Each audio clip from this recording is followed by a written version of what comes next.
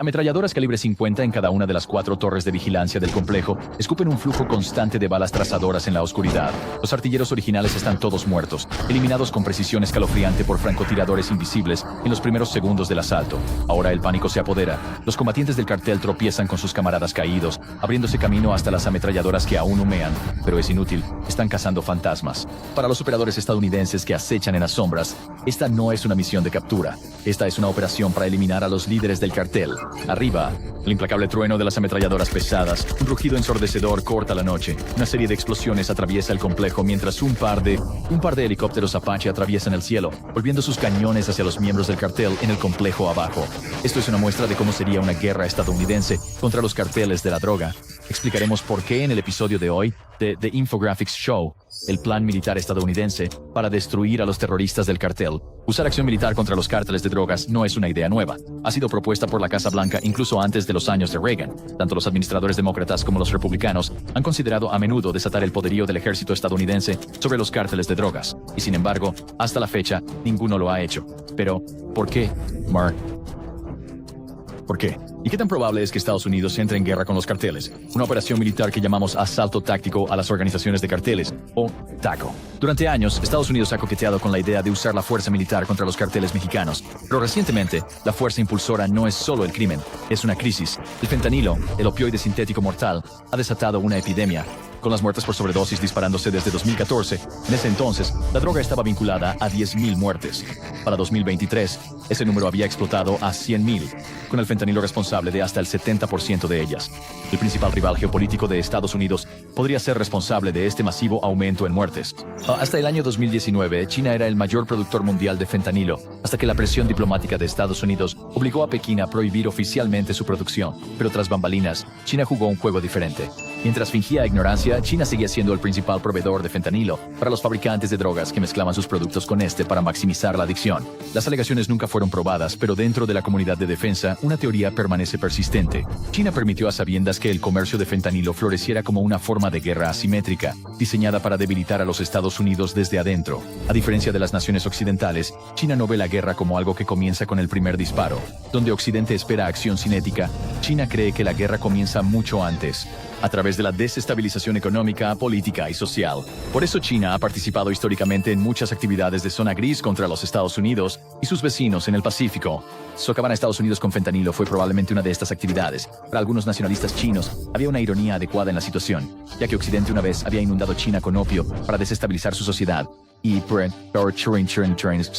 hacerlo fácilmente subyugado políticamente por las potencias occidentales. A pesar de que China prohibió la producción de fentanilo en 2019, el país sigue siendo el mayor proveedor de precursores de fentanilo, con India en un cercano segundo lugar. Estas dos naciones juntas constituyen la mayor parte del suministro de fentanilo que logra entrar en los Estados Unidos. A falta de una guerra total, los Estados Unidos están limitados a ejercer presión diplomática contra ambas naciones, pero los carteles son un asunto completamente diferente. Los carteles presentan un claro objetivo militar a destruir con la esperanza de interrumpir el narcotráfico. Pero antes de pasar a destruir carteles y sus consecuencias, ¿puede un presidente siquiera autorizar este tipo de acción militar? Los presidentes estadounidenses tienen la autoridad para desplegar fuerza militar sin la aprobación del Congreso, pero solo hasta cierto punto. Esto permite respuestas rápidas a las amenazas sin quedar atrapado en el estancamiento del Congreso. Sin embargo, una campaña prolongada contra los carteles requeriría la aprobación total del Congreso, y ahí es donde las cosas se vuelven políticamente delicadas. Los estados fronterizos, los más cercanos a la pelea, pueden ser los menos dispuestos a apoyar una guerra total. Después de todo, si Estados Unidos lleva la lucha a los carteles, esos estados estarán primero en la línea de fuego cuando los carteles contraataquen. Lo que facilita las cosas para un presidente es una justificación clara y margen legislativo. Si una guerra contra los carteles se presenta como una represalia por un ataque a estadounidenses, el camino político se vuelve mucho más fácil. Una forma de hacerlo es clasificando a los carteles como organizaciones terroristas. Esto no solo despejaría el camino para la acción militar, sino que transformaría la lucha de la policía contra los carteles. Con una autoridad legal ampliada y acceso a mayores recursos, las agencias podrían golpear con más fuerza y rapidez, paralizando las operaciones del cartel tanto en el país como en el extranjero. En cuanto a la posibilidad de un ataque del cartel en los Estados Unidos, la amenaza no es solo hipotética. La inteligencia estadounidense contra el narcotráfico ha informado desde hace mucho tiempo que los carteles han considerado utilizar drones armados contra los agentes de la patrulla fronteriza de Estados Unidos. Debido a un aumento significativo en la postura de seguridad a lo largo de la frontera, los carteles están encontrando más difícil el contrabando de drogas y personas hacia Estados Unidos. Por lo tanto, han propuesto la idea de utilizar drones para atacar al personal de la patrulla fronteriza. Si tal ataque llegara a Si esto sucediera, el presidente tendría casi todo el apoyo político necesario para tomar represalias contra los carteles. También les permitiría invocar el artículo 51 de las Naciones Unidas, que incluye disposiciones para que una nación use la fuerza militar en defensa propia. México sigue siendo la incógnita en este escenario, pero incluso sin la aprobación de México, Estados Unidos aún podría tomar acción contra el cartel. Título 50 del Código de Ley de Estados Unidos permite que un presidente ordene una acción militar contra un objetivo prioritario dentro de un país extranjero, incluso si ese país no ha sido consultado o coordinado. La última vez que se invocó el título 50, autorizó la operación Neptune Spear, la misión que envió unidades élite de los SEAL de la Marina de los IIUU a las profundidades del espacio aéreo pakistaní para eliminar a Osama Bin Laden. Luego está la opción cinética, que no pone tropas en tierra. En cambio, se basa en un arma que Estados Unidos ha dominado: drones y ataques aéreos. América no es ajena a usar ataques con drones para expresar una diferencia de opinión con líderes terroristas extranjeros. A principios de 2020, un ataque con dron mató al líder del cuerpo de la Guardia Revolucionaria Islámica de Irán, Ayatollah Qasem Soleimani. Qasem Soleimani, el hombre responsable de supervisar la vasta red de aliados terroristas de Irán en el Medio Oriente. El problema con esta estrategia es que, si bien los ataques con drones son muy efectivos para eliminar objetivos de alto valor con daños colaterales mínimos, es poco probable que sean suficientes. Los carteles son una amenaza persistente y profundamente arraigada. Incluso una campaña sostenida de ataques con drones y aéreos no sería suficiente para quebrarlos. Ya han demostrado su capacidad de recuperación al reemplazar rápidamente el liderazgo clave después de los arrestos. Mientras tanto, Estados Unidos y México exhiben su última captura de cártel como una victoria en la guerra contra las drogas, pero el flujo de narcóticos nunca se detiene, ni por un segundo. Usar drones y ataques aéreos también significa la inevitable pérdida de inteligencia muy valiosa en el terreno. En Irak y Afganistán se preferían los asaltos terrestres cuando era posible para recopilar inteligencia crítica, lo que llevó al desmantelamiento de grupos terroristas como Al-Qaeda. Eliminar al cartel requeriría el mismo nivel de compromiso, y después de 2 décadas de luchar en una guerra asimétrica en el Medio Oriente, no hay nación en la Tierra mejor preparada para el trabajo que las Fuerzas Armadas de los Estados Unidos. Eso todavía no significa que sería un paseo, como estamos a punto de aprender. Con las fuerzas terrestres como la mejor opción, lo primero que Washington debería hacer es obtener la aprobación de México y un acuerdo de estatus de fuerzas. Estos acuerdos ayudan a proteger a cualquier soldado estadounidense dejado atrás accidentalmente o capturado de ser procesado por la nación anfitriona. También allanaría el camino para una mejor cooperación sobre el terreno. En este momento parece poco probable que México otorgue este permiso, ya que el presidente de México ha visto el llamado de la Casa Blanca a tomar acción militar contra los carteles como una violación de su soberanía. Pero en el futuro se puede llegar a un acuerdo, y hasta entonces hay otra arma que se puede desplegar contra los carteles: el Séptimo Grupo de Fuerzas Especiales. Estacionado en Florida, el Séptimo Grupo de Fuerzas Especiales opera en 32 países de América Central y del Sur. Sus soldados no solo están altamente entrenados, sino que también son fluidos en los idiomas locales y conocen profundamente las costumbres regionales. Durante décadas, el Séptimo Grupo de Fuerzas Especiales ha sido la fuerza de elección para las operaciones antinarcóticos de Estados Unidos en toda la región. El Séptimo Grupo de Fuerzas Especiales se ha integrado con los ejércitos de las naciones anfitrionas para ayudar a entrenarlos y formar unidades de élite contra el narcotráfico. En lugar de salir al campo y apretar el gatillo ellos mismos, enseñan a sus anfitriones cómo hacerlo. Estados Unidos podría desplegar el Séptimo a México y aumentar el apoyo militar en forma de municiones y equipo, dejando que las fuerzas militares mexicanas tomen la delantera. Estados Unidos también podría proporcionar apoyo aéreo y asistencia en la recopilación de inteligencia al ejército mexicano. Es probable que sea la forma que México preferiría, ya que no sería visto como una violación de su territorio soberano por los locales. Pero si la Casa Blanca insistiera en actuar por sí misma, hay varias herramientas que utilizaría, y ya estamos viendo algunas de ellas moverse a posiciones. Primero, cualquier acción militar contra los carteles requeriría un fortalecimiento masivo de la seguridad fronteriza de antemano. Bajo ataque, los carteles se retaliarían, y sin una frontera fortificada, esa violencia no se quedaría confinada al sur. Ya hay más de 500 ingenieros de la Marina en la frontera para reparar y fortalecer la infraestructura y las barricadas. A raíz de una guerra total contra los cárteles, esperaríamos ver muchas más unidades de ingeniería similares, comenzar la construcción de fortificaciones y barricadas. También se desplegarían fuerzas de la Guardia Nacional para reforzar a los agentes de la patrulla fronteriza a lo largo de la frontera de cerca de 2.000 millas. Su presencia no solo añadiría personal, traería activos críticos de vigilancia aérea, permitiendo un monitoreo en tiempo real y una respuesta rápida a cualquier intento de represalia del cartel. A continuación, Estados Unidos necesitaría establecer una presencia logística masiva a lo largo de la frontera para sostener operaciones a largo plazo. Con numerosas bases militares distribuidas por el sur de los Estados Unidos, las fuerzas estadounidenses tendrían un profundo alcance operativo en México. Los aviones de combate y vigilancia podrían mantener tiempos prolongados de espera, ofreciendo cobertura persistente sobre la mitad norte del país. Sin embargo, el reabastecimiento de las fuerzas desplegadas en México requeriría la preposicionamiento de todo, desde medicinas hasta municiones y combustible. Aquí es donde los acuerdos de cooperación con México serían críticos. Rutas terrestres hacia México. Estados Unidos podría verse obligado a depender únicamente de operaciones aéreas para el reabastecimiento, lo cual sería una apuesta arriesgada. Los cárteles se han vuelto cada vez más sofisticados y su creciente arsenal podría representar una amenaza seria para los aviones de transporte que operan en un espacio aéreo disputado. Mucho antes de que comiencen las hostilidades, sin embargo, Así que los activos de vigilancia de los Estados Unidos comenzarían a rastrear inteligencia sobre los carteles, especialmente para desarrollar patrones de vida que son cruciales para el objetivo. Esta inteligencia puede incluir llamadas telefónicas interceptadas, seguimiento físico de los movimientos del cartel y de las fuerzas del cartel, e inteligencia humana en el terreno en forma de locales cooperativos. Aquí estamos viendo realmente que los Estados Unidos ya están sentando las bases, por lo que podría ser la primera vez en la historia. Dos aviones estadounidenses, Rivet Joint de recolección de inteligencia, fueron registrados volando en el Golfo de California a principios de febrero de 2025. Esta área de México está controlada por el cártel de Sinaloa, y los aviones Rivet Joint serían herramientas poderosas para recopilar inteligencia local.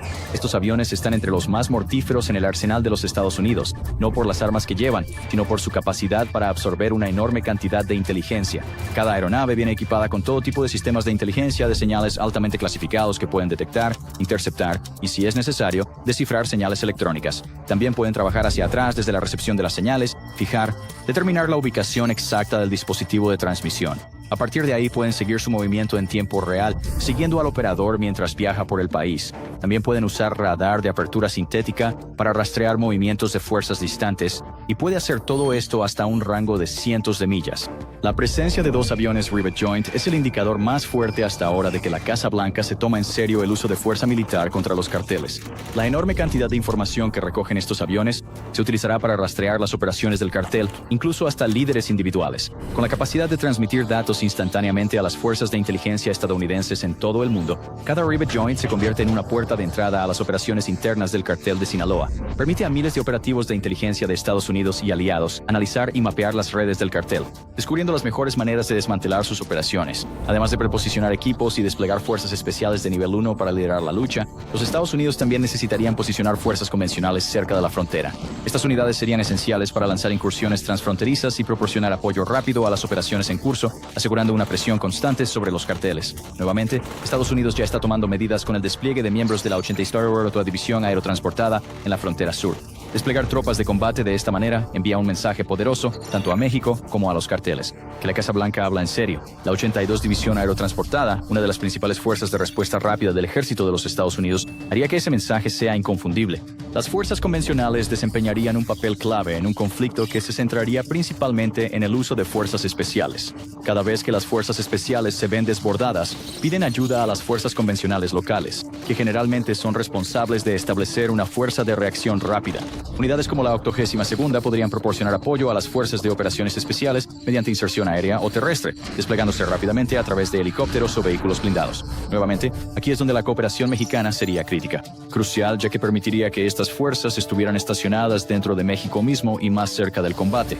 También serían responsables de realizar patrullas de disuasión en áreas locales para evitar que los cárteles lancen incursiones de represalia contra civiles. Pero profundizaremos en las tácticas de los carteles en solo un minuto. Cualquier despliegue adicional dependería de la naturaleza del combate esperado. Los carteles están fuertemente armados, pero no tan armados como para representar una amenaza significativa que requiera el uso de cosas como fuerzas blindadas. El equipo más pesado que se ha visto operar a los carteles son los narcotanques caseros. Estos suelen ser vehículos blindados improvisados que utilizan un chasis de camión y placas de acero para protección. Estos tanques pueden tener armas de menor calibre, armas como ametralladoras y ocasionalmente incluso un cañón de pequeño calibre. Pero contra las fuerzas estadounidenses armadas con drones avanzados de combate contra vehículos, la amenaza sería mínima. Switchblade 600 podrían atacar con precisión, mientras que la cobertura aérea continua desde helicópteros Apache y cañoneras AC-130 hasta drones Reaper y Predator armados con misiles Hellfire garantizaría el dominio del campo de batalla. Y si se necesitara fuerza bruta, el alabado A-10 Warthog sería más que capaz para la tarea. Así es, ya se habla de cómo una guerra narco podría revivir al Warthog, que pronto se convertiría en el arma de apoyo aéreo cercano principal para las fuerzas estadounidenses. Con su fuselaje extremadamente resistente y duradero, es el arma perfecta para volar bajo y lento contra fuerzas de cárteles que están cada vez más armadas con equipo sofisticado propio. El A-10 pudo haber nacido para cazar tanques soviéticos, pero ha sobresalido en el papel de apoyo aéreo cercano para tropas que luchan contra insurgentes y terroristas. Otros aviones más baratos como el Super Tucano también desempeñarían un papel clave. Aunque actualmente solo se están utilizando para entrenamiento, la necesidad de un apoyo aéreo económico y constante podría llevar a Estados Unidos a comprar muchos más de estos Ancles aviones, armados con un poder de fuego abrumador y las mejores capacidades de vigilancia y reconocimiento. Wait, Prop Story Coach Operations. En el mundo, las fuerzas de América acabarían rápidamente con los cárteles dentro de México. Se ha hablado mucho sobre la temida reputación de los cárteles, pero siguen siendo en gran medida matones armados.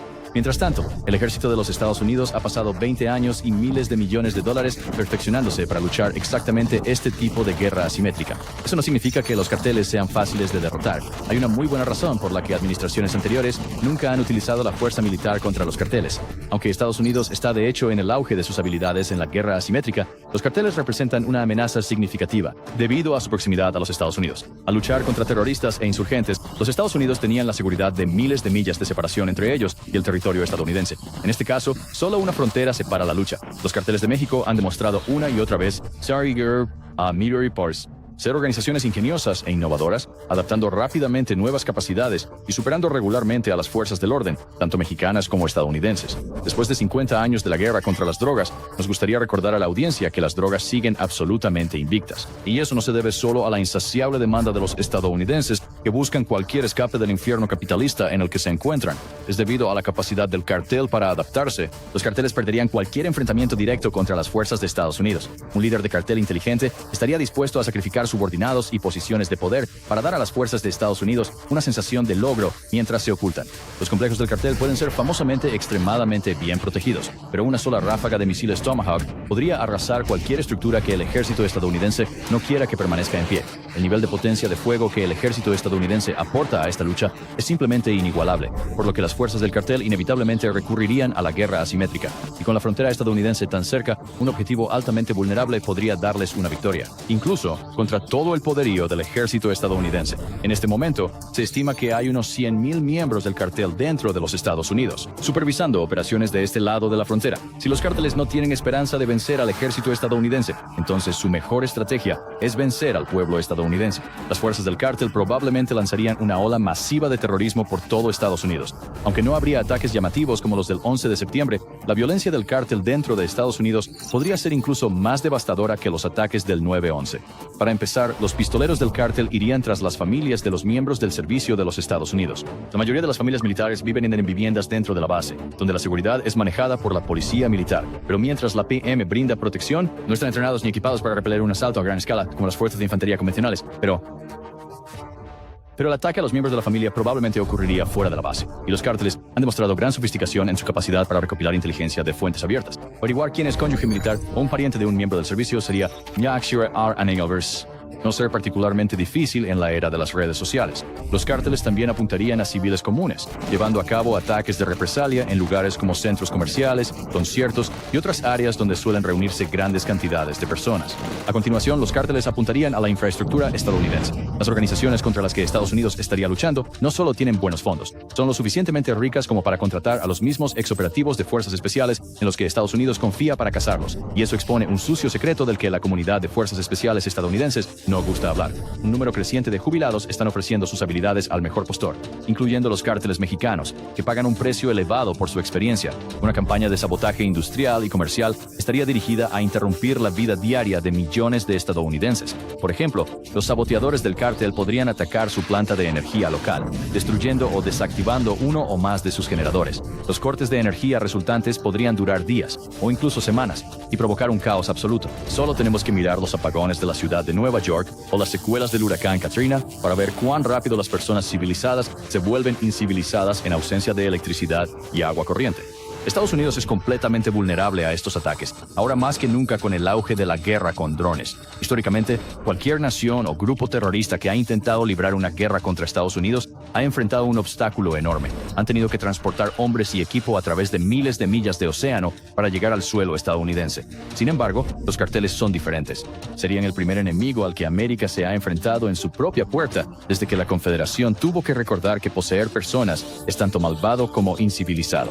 Y este es el secreto de los carteles, y por qué, a pesar de la abrumadora superioridad de Estados Unidos, ninguna administración anterior ha autorizado jamás una acción militar contra ellos. ¿Qué piensas, X? ¿Qué piensas? ¿Deberían los Estados Unidos lanzar una operación militar a gran escala contra los carteles, o eso crearía más problemas de los que resolvería? Deja tus pensamientos en los comentarios.